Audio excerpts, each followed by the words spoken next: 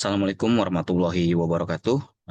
Jadi seperti yang sudah saya sampaikan di grup WhatsApp teman-teman ya, saya izin memberikan satu materi secara asinkronus sebagai materi tambahan supaya kegiatan roadmap perkuliahan kita bisa berjalan sesuai dengan rencana perkuliahan di awal ya, dan kita tidak ada waktu tambahan dan saya juga tidak nanti menggunakan hari yang seharusnya teman-teman sudah libur. Jadi saya izin memberikan satu tambahan materinya secara asinkronus kepada teman-teman semua. Baik, tugas kita pada praktikum kali ini adalah untuk membuat grafik ya menggunakan aplikasi Post Viewer seperti yang saya tampilkan sekarang. Tapi ada beberapa tahapan yang dapat kita lakukan. Jadi kita akan memulainya dari dua aplikasi ya. Aplikasi yang pertama yang kita gunakan adalah Publish or Perish dan yang satunya adalah Post Viewer. Oke, pertama kita buka aplikasi Publish or Perish-nya teman-teman.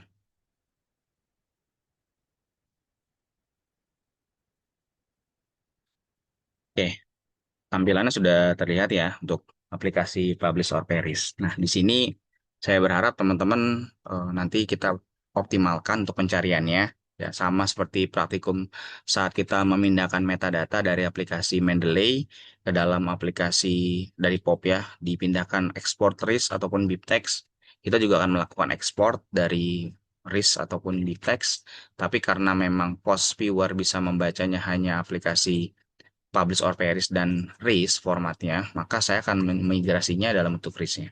Oke, sekarang dibuka di Google Scholar. Jangan lupa di bagian bawah ada maximum result. Ini maximum resultnya dinaikkan ya, dari yang tadinya hanya 200 menjadi 500. Nah, kenapa kita butuh metadata konversinya cukup tinggi? Jadi kita buat di kisaran angka 500 ya, teman-teman. Oke, jadi di sini karena memang jurusan teman-teman adalah perbandingan mazhab, oleh karena itu, maka yang dicari di bagian keywordnya adalah perbandingan mazhab. Nah, saya akan mencontohkan dengan kepakaran saya yaitu di bidang bahasa, maka saya akan mencari di bagian keyword di sini adalah misalkan project based learning, pembelajaran bahasa gitu ya. Jadi disesuaikan dengan kepakaran kita masing-masing.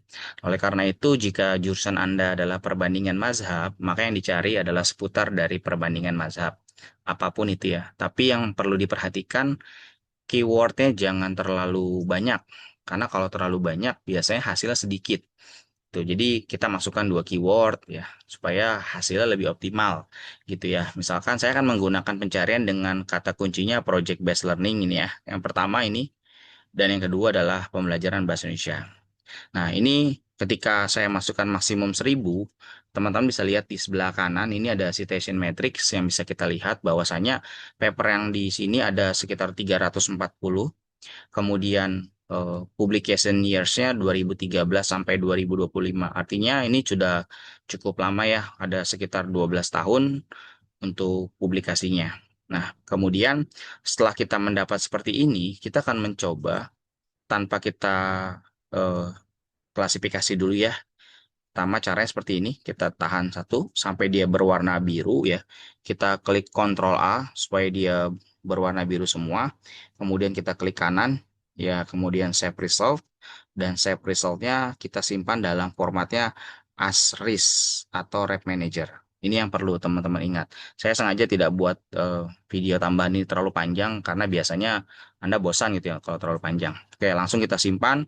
Nanti di file RIS ini simpanannya harus nanti teman-teman ingat ya, save in-nya di mana. Karena kadang mahasiswa suka bertanya, Pak, ini kok file saya tidak ada gitu. Ya kan yang menyimpan Anda gitu ya, bukan saya gitu. Jadi kadang saya bingung harus menjawabnya di mana karena Anda yang menyimpan, maka silakan dicek karena nggak semua save in-nya masuk ke di download. Kadang ada yang di dokumen, ada yang di mana gitu ya. Yang penting Anda tahu saat melakukan save in dia adanya di mana. Nah, contohnya punya saya masuknya ke dalam exportnya download, maka saat saya membuka Post Viewer dia akan masuknya di bagian download. Oke, setelah disimpan Anda boleh menamai apa saja bebas, silakan. Kita buka aplikasi selanjutnya yaitu Post Viewer ya. Ini aplikasinya Post Viewer. Ini sudah saya minta ya teman-teman untuk memasang dan mengekstrak. Biasanya di awal dia kan meminta aplikasi Java gitu ya. Oleh karena itu nanti saat teman-teman mau mendownload ya, nanti akan saya berikan link untuk mendownload aplikasi Post Viewer-nya. Jangan lupa pasang Java. Tapi ada juga laptop yang tidak minta Java gitu. Kenapa dia tidak minta Java? Karena laptop sudah ada Java gitu. Tapi bagi laptop yang belum ada Java, dia biasanya akan minta untuk dipasang Java terbaru. Ya, kalau ada pertanyaan lagi apa itu Java, googling aja gitu. Kalau saya jelaskan di sini nanti terlalu lama. Oke, selanjutnya setelah teman-teman masuk ke dalam aplikasinya, gitu ya, Anda bisa langsung memulai ya. Kita akan membuat visualisasi menggunakan Post Viewer. Jadi kalau teman-teman ikut kegiatan pelatihan ataupun praktikum ya di luar dari kelas saya ini biasanya berbayar gitu ya. Makanya ini saya berikan secara cuma-cuma untuk kegiatan tambahan ini. Nantinya ini masuk dalam sesi praktik. Nah, fungsinya apa sih Post Viewer? Nanti di praktikum berikutnya kita akan coba menganalisis grafik post viewer. Jadi membaca untuk menemukan reset gap dan juga novelty. Nah, reset gap ini adalah perbedaan ya antara riset kita dengan riset sebelumnya. Sedangkan novelty itu adalah kebaruan.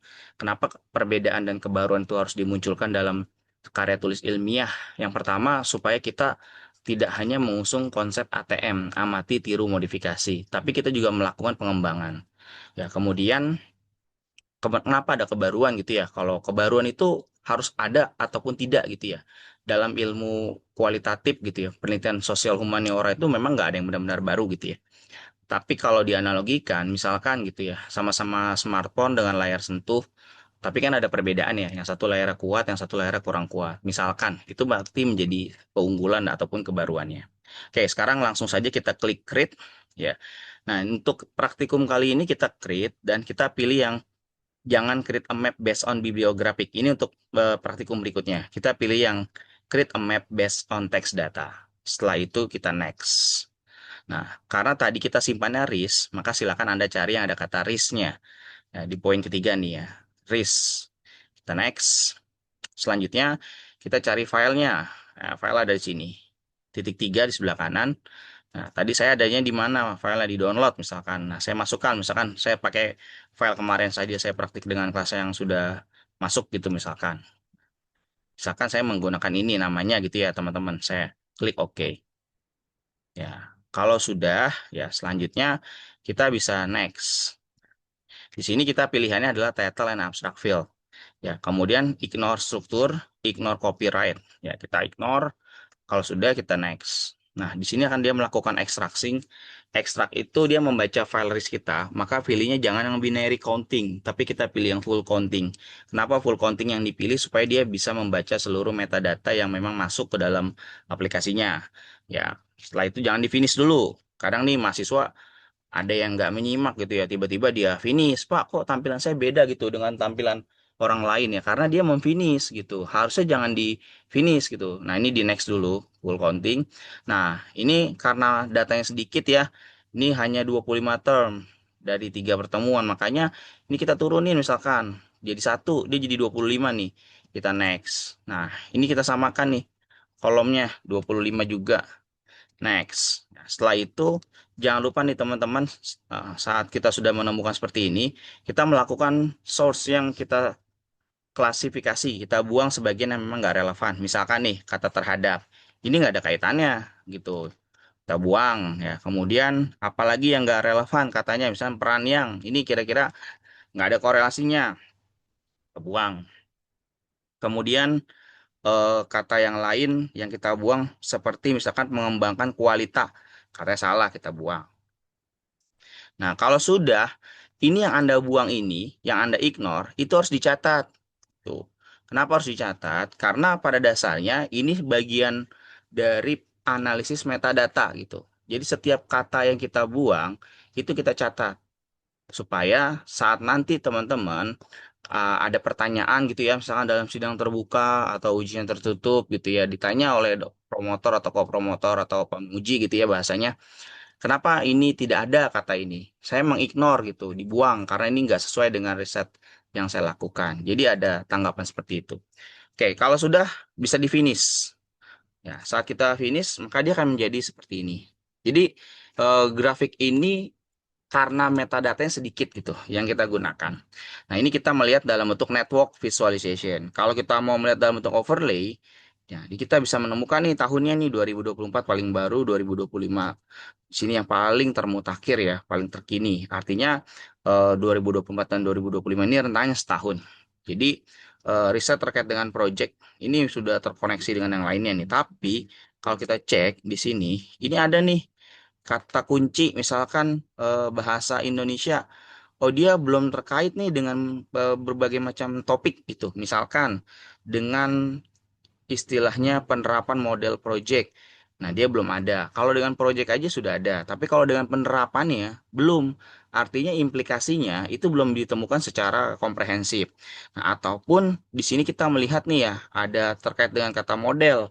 Nah, model juga pada dasarnya ini sudah cukup banyak, tapi model ini pada dasarnya belum ditemukan dengan project misalkan. Oh, berarti model project itu bisa dibentuk sebagai yang namanya kebaruan. Gitu ya, teman-teman. Nah, jadi tahapan untuk praktik tambahan kali ini cuma sampai di sini gitu. Nanti Anda bisa menyimpan gambarnya gitu ya, gambar yang ini. Jangan di screenshot menggunakan fitur PRT screen gitu ya. Tapi gunakan screenshot yang ada di aplikasi di sini. Ya, kita save. Ya, nanti ini akan masuk di sini. Misalkan saya namakan A, B, C, D gitu ya. Save, ada di download. Selanjutnya silakan Anda buka Word-nya. Ya, ini kita buka rewardnya, kemudian seperti biasa isi nama, kemudian NIM, masukkan hasil dari kinerja teman-teman yang tadi. Nanti selanjutnya saya akan siapkan metadata yang bisa mengakomodasi dengan jumlah metadata yang cukup banyak tentunya, supaya kita bisa menemukan hasil yang berbeda dari gambar yang kita buat. Oke, kalau sudah jadi kayak gini, ini artinya praktikum kali ini sudah selesai. Jangan lupa ini bisa disimpan dengan nama dan NIM ya. Nanti save-nya di sini dimasukkan nama Anda underscore NIM.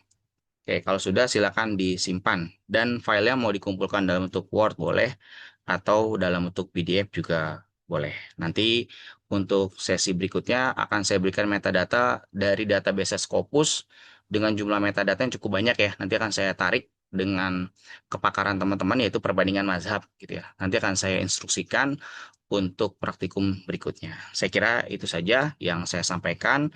Selamat mengerjakan. Jangan lupa ini akan saya buka dari pukul 9 dan akan saya tutup pukul 22 waktu Indonesia bagian Barat. Saya akhiri, bila bisa bilil haq, fastabiqul khairat, wassalamualaikum warahmatullahi wabarakatuh.